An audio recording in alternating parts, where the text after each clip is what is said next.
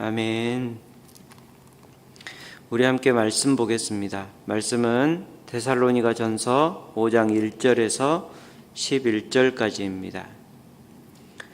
데살로니가 전서 5장 1절에서 11절까지 우리 한 절씩 교독하고 마지막 절은 같이 읽겠습니다. 형제들아, 때와 시기에 관하여는 너희에게 쓸 것이 없음은 주의 날이 밤에 도둑같이 이룰 줄을 너희 자신이 자세히 알기 때문이라. 그들이 평안하다 안전하다 할 그때에 임신한 여자에게 해산의 고통이 이름과 같이 멸망이 갑자기 그들에게 이르리니 결코 피하지 못하리라. 형제들아, 너희는 어둠에 있지 아니하매 그날이 도둑같이 너희에게 임하지 못하리니. 너희는 다 빛의 아들이요 낮의 아들이라. 우리가 밤이나 어둠에 속하지 아니하나니 그러므로 우리는 다른 이들과 같이 자지 말고 오직 깨어 정신을 차릴지라. 자는 자들은 밤에 자고 취하는 자들은 밤에 취하되 우리는 낮에 속하였으니 정신을 차리고 믿음과 사랑의 호심경을 붙이고 구원의 소망의 투구를 쓰자. 하나님이 우리를 세우심은 노하심에 이르게 하심이 아니요 오직 우리 주 예수 그리스도로 말미암아 구원을 받게 하심이라. 예수께서 우리를 위하여 죽으사 우리로 하여금 깨어있든지 자든지 자기와 함께 살게 하려 하셨느니라. 그러므로 피차 권면하고 서로 덕을 세우기를 너희가 하는 것 같이 하라. 아멘. 오늘은 데살로니가 전서 5장 1절에서 11절을 함께 묵상합니다. 오늘 말씀을 읽어보면 오늘 말씀도 크게 두 부분으로 나눌 수 있습니다.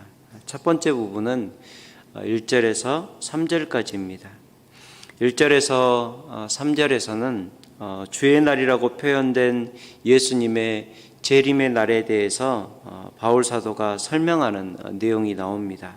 그리고 두 번째 부분은 4절부터 11절까지인데 이 부분은 주의 날에 대해서 안다 하는 성도가 오늘 이 시대를 어떻게 살아가야 하는가, 오늘 나의 삶을 어떻게 살아가야 하는가에 대한 바울 사도의 성도를 향한 권면입니다. 그래서 오늘 말씀을 요약해 보면 아무도 모르게 갑자기 임할 주의 날과 그날을 준비하는 성도들의 삶 정도로 짧게 요약해 볼 수 있을 것입니다. 바울 사도의 서신서를 보면 되게 큰 틀에서 두 부분으로 나누어지는 것을 볼 수 있습니다. 이것은 바울 사도가 성도들에게 편지를 보낸 목적과도 밀접하게 연관이 되는 부분입니다. 편지의 첫 번째 부분은 교리를 다루는 부분입니다. 이러한 부분은 복음에 대해 서술하면서 직설법을 사용하고 있기 때문에 인디커티브라고 이렇게 명하기도 합니다.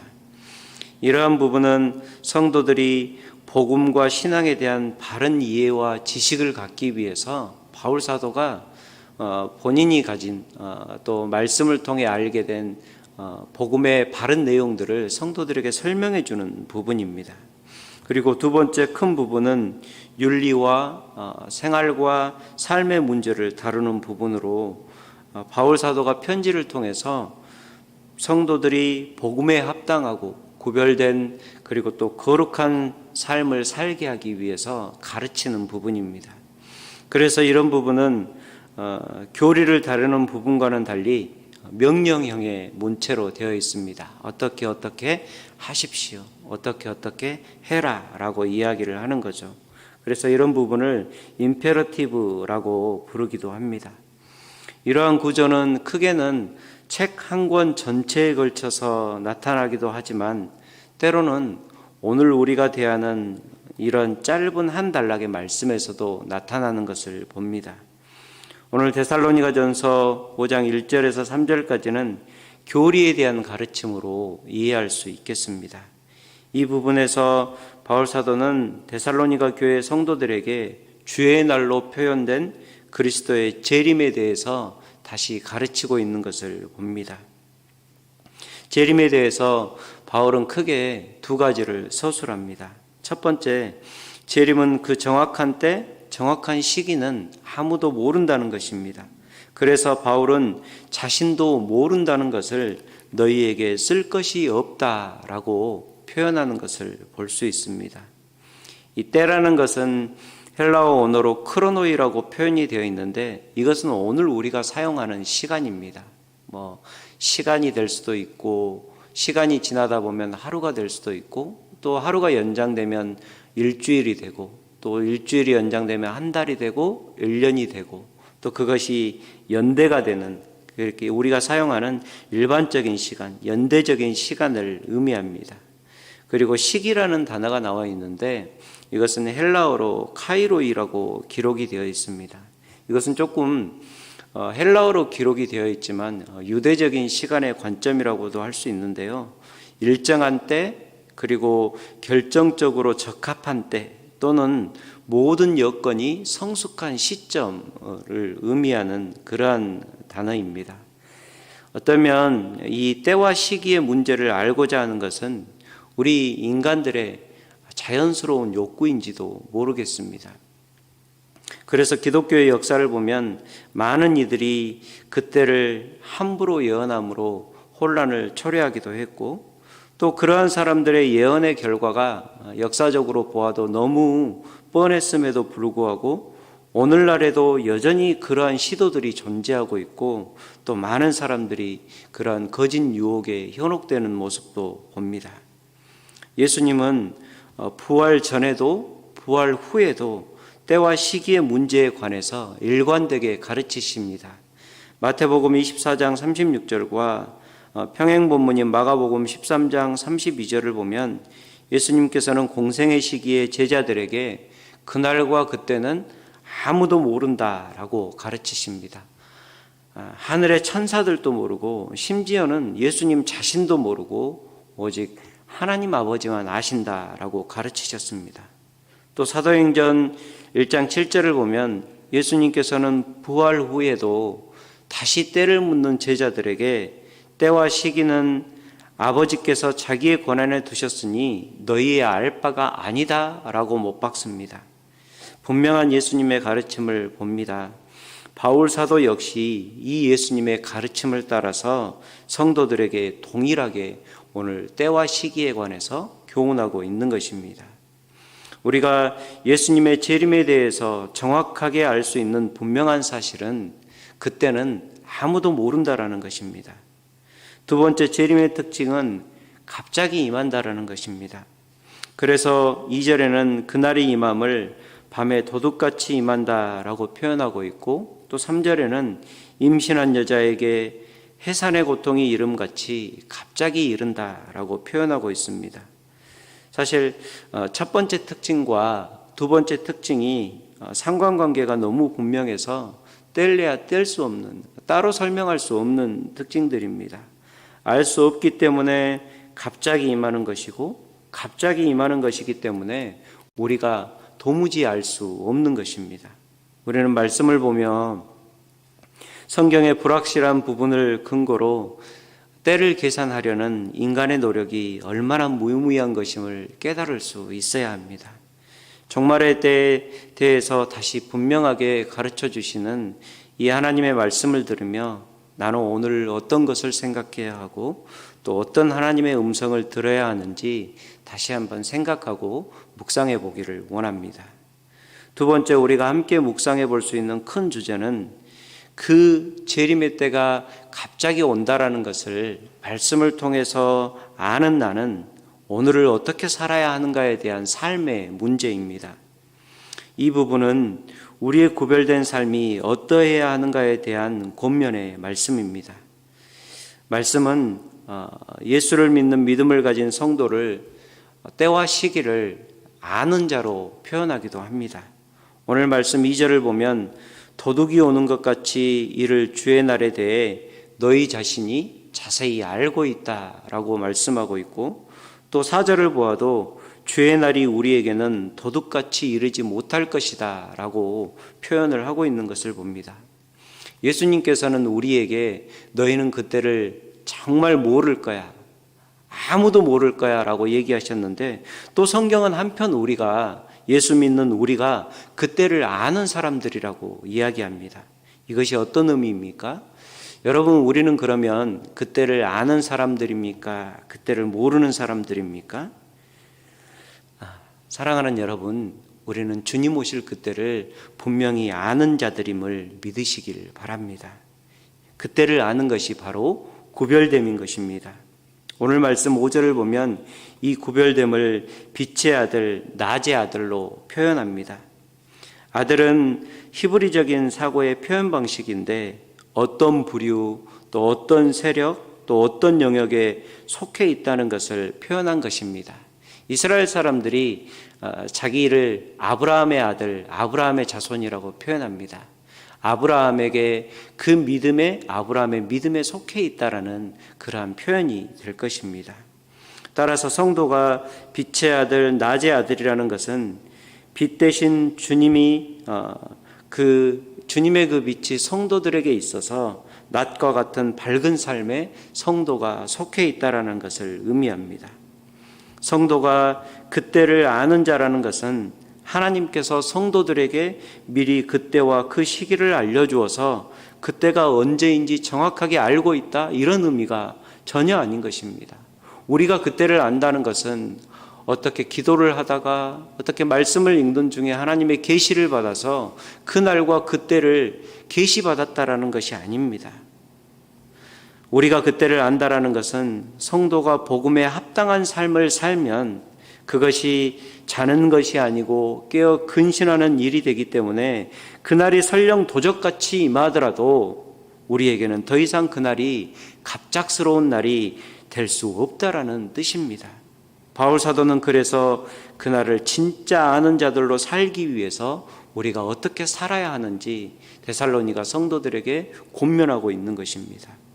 6절에 보면 자지 말고 오직 깨어 정신을 차리라 라고 권면하고 있고, 특별히 8절에는 정신을 차리고 믿음과 사랑의 호심경을 붙이고 구원의 소망의 투구를 쓰라 라고 말씀합니다. 여러분, 호심경이나 투구는 당시에 전투에 나가는 군사들이 착용하던 군사 장비입니다. 초대교회의 교부이자 콘스탄티노플의 대주교였던 크리소스톰은 우리는 깨어있는 것만으로 충분하지 않습니다. 우리는 무장해야 합니다 라고 역설했습니다. 우리는 오늘 또 가장 치열하면서도 가장 알아차리기 어려운 영적 전투의 한가운데서 살아가고 있는 사람들입니다. 오늘도 깨어서 언제 올지 모르는 주님의 때를 준비하는 것은 생명을 건 치열한 전투입니다. 여러분, 이것은 결코 놀이가 아닙니다. 성도는 오늘도 믿음과 사랑과 구원의 소망을 가지고 생명을 건 전투에 임하는 전사인 것입니다. 오늘 10절을 보면 바울 사도는 예수님께서 십자가에서 죽으신 이유를 우리로 하여금 깨어있든지 자든지 자기와 함께 살게 하려 하심이라 라고 말씀합니다. 여기서 깨어있든지 자든지를 공동번역 성경에서는 살아있든지 죽어있든지 라고 번역하고 있습니다. 예수님께서는 우리가 지금 살아있는 이때도 여전히 그리스도와 함께 거하게 하기 위해서 예수님이 죽어주셨고, 우리가 죽어서 주님 곁에 가는 그날에도 우리는 주님 곁에 있게 하기 위해서 예수님이 십자가에서 죽어주셨다라고 말씀하고 있는 것입니다. 우리는 오늘 또 살아있는 지금도 내가 앞으로 죽어서도 그리스도와 함께 있기 위해서 이렇게 치열한 영적 전투를 해가야 하는 것입니다. 이것이 마지막 그때를 진정으로 알고 준비하는 사람들의 모습입니다. 제가 아직도 인상 깊게 제 삶 가운데 남아있는 마지막 날에 대한, 그리고 구원의 확신에 대한 고백이 참 기억이 나는데요. 어떤 목사님께서 저희가 이제 전도 폭발이라는 전도 프로그램을 하다 보면 그 사람의 구원의 확신에 대한 질문을 하거든요. 당신은 오늘 죽는다면 천국에 들어갈 확신이 있습니까? 물어보고, 만약 그 사람이 네라고 대답하면 그 사람에게 다시 질문하는 것입니다. 당신이 그렇게 확신하는 이유가 무엇입니까? 라고 묻습니다.